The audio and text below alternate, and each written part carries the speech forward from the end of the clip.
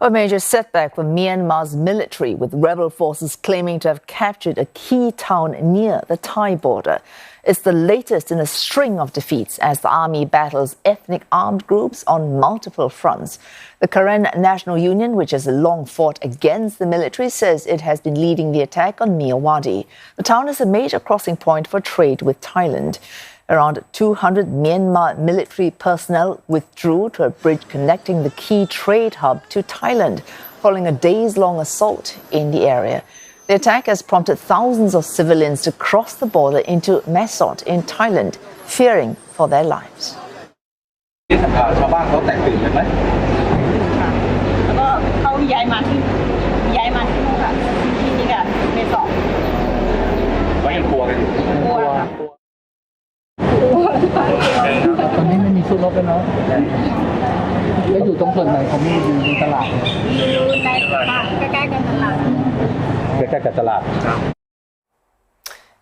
Wong is standing by just across the border in Thailand's Myawaddy. We're just hearing that civilians fleeing in fear, military personnel fleeing as well across the border. Walk us through the situation where you are now.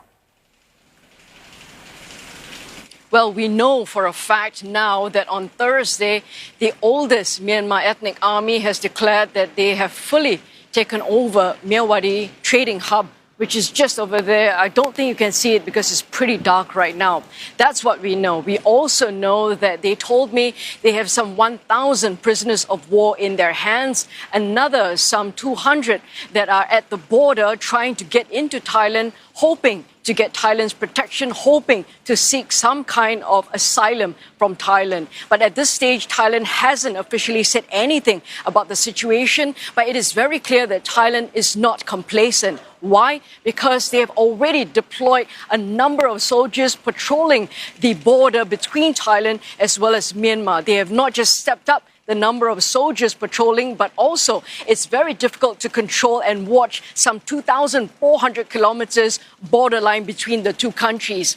They have also not rest on their laurels in terms of rolling out heavy armored vehicles such as the Humvee that you see behind me. Again, might be too dark for you to see, but the Humvee over there mounted with machine guns. So all these are signs that Thailand is concerned that things overnight could actually also escalate despite the fact that Myanmar's ethnic army has taken control. And that's because the Myanmar military coup regime still has the firepower from above. Airstrikes could be launched overnight, and that's when they usually do that. Well, earlier on Thursday, in fact, I witnessed in terms of I actually heard planes flying, although I can't see it, and then followed by loud explosions and also smoke billowing out from Myanmar. So these are just signs that things are not entirely stable at this point, because it is still very difficult to determine what is going to happen over the next few days, because the ethnic armies as well as the resistance forces have told me that they know the Myanmar military coup regime will not give up easily and they will continue to fight on. And that's what a lot of the residents coming into Thailand as well have told me, that they're quietly pleased the Myanmar ethnic army has taken over Myawaddy, but they're also very worried for the safety of their family members and their friends back in Myawaddy. Of course, you're talking about whether or not there will be stability over the next few days. That's a very as a moot point, certainly. But there is a history of clashes in that area, is there not?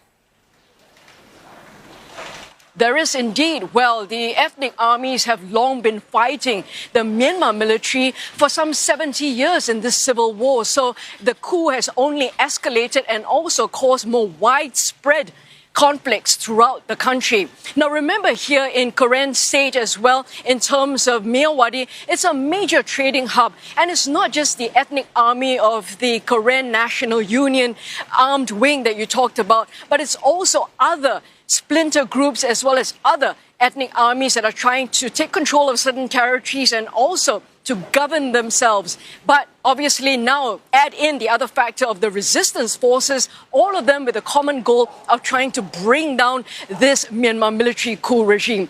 But I just wanted to again show you the fact that things are looking pretty quiet, but Thailand is very worried as well, because this long-drawn war may just continue simply because Thailand has seen over the last 40 years about some 90,000 refugees that are in the country, and they've been here in 9 camps. So unfortunately, we might have to continue to watch and see because things at the moment are still pretty dicey. Thanks for that update. Wong reporting live to us there from Meso.